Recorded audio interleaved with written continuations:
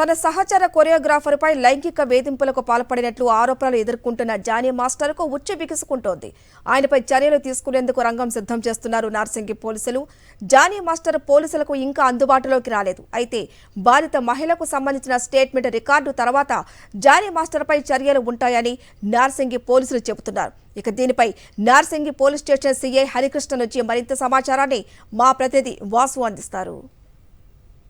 ప్రముఖ choreographer Johnny master పైన పోలీసులు కేసు నమోదు చేసిన నేపథ్యంలో కూడా ఇప్పటికైతే అతడు ఇంకా పోలీసులకు అందుబాటులోకి రాలేదు. బాధిత మహిళకు సంబంధించి కూడా స్టేట్మెంట్ రికార్డ్ చేసిన తర్వాత అతనిపైన చర్యలు తీసుకున్నామని పోలీసులు ప్రస్తుతం మనతో పాటు మాట్లాడడానికి నార్సింగ్ సిఐ ఉన్నారు.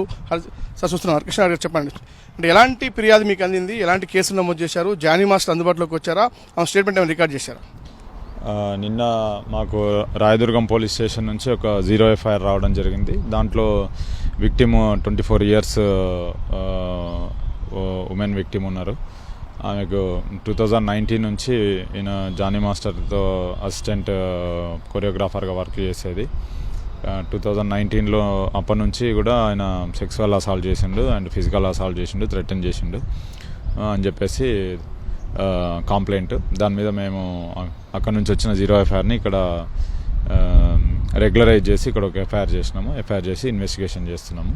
దీంట్లో ఇన్వెస్టిగేషన్లో ఎవిడెన్స్ కలెక్ట్ చేయాల్సి ఉంది. ఆ ఎవిడెన్స్ని బేస్ చేసుకొని as per merits of the evidence procedure ప్రకారం ముందుకెళ్తాం. ఇప్పుడు ఈ బాధిత మహిళ ఎవరైతే ఉన్నారో ఆమె మీ ముందుకు రావడం జరిగిందా? మళ్ళీ అంటే రాయదుర్గంలో కంప్లైంట్ చేసింది, కానీ నార్సింగ్కు కేసు బదిలీ అయిన నేపథ్యంలో ఆమె సంప్రదించారా? ఏం చెప్తాం?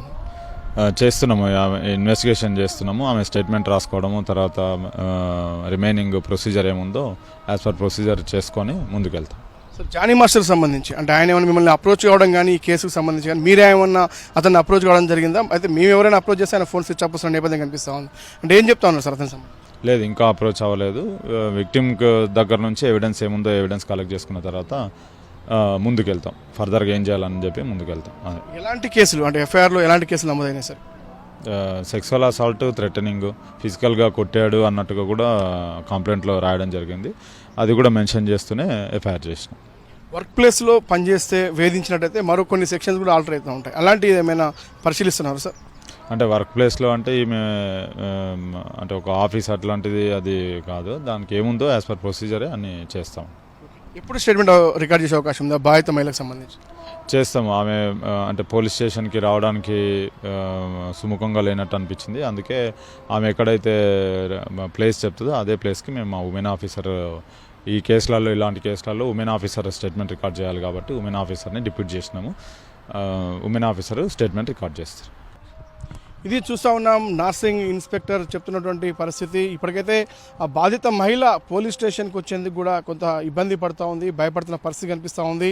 ఆ జానీ మాస్టర్కి సంబంధించి ఒక అధికార పార్టీలో ఉన్నటువంటి జనసేన పార్టీ చెందిన వ్యక్తి ఇతడికి అతన్ని ఆ పార్టీ వ్యవహారాలకు దూరంగా ఉండాలని పార్టీ చెప్పినట్టుగా అతనిపై పూర్తి స్థాయి సస్పెన్షన్ అయితే ఇంకా వేయలేదు. కానీ ఆ సినిమా పరిశ్రమకు సంబంధించి తోటి కొరియోగ్రాఫర్లు అతనిపైన ఆగ్రహంగా ఉన్నట్టుగా తెలుస్తూ ఉంది. ఇలాంటి కార్యకలాపాలకు సంబంధించి అతనిపైన సీరియస్ యాక్షన్ తీసుకోవాలని కూడా ఆ కొరియోగ్రాఫర్స్ అసోసియేషన్ భావిస్తున్నట్టుగా మన సమాచారం అందుతుంది. ప్రస్తుతం నార్సింగ్ పోలీసులు మాత్రం ఏదైతే బాధిత మహిళ స్టేట్మెంట్ రికార్డ్ చేసిన తర్వాత ఎలాంటి ఆధారాలు లభిస్తాయి, ఆమె ఏం చెప్తుంది, దాని ఆధారంగా తదుపరి జానీ మాస్టర్పై చర్యలు ఉంటాయని నార్సింగ్ పోలీసులు చెప్తా ఉన్నారు.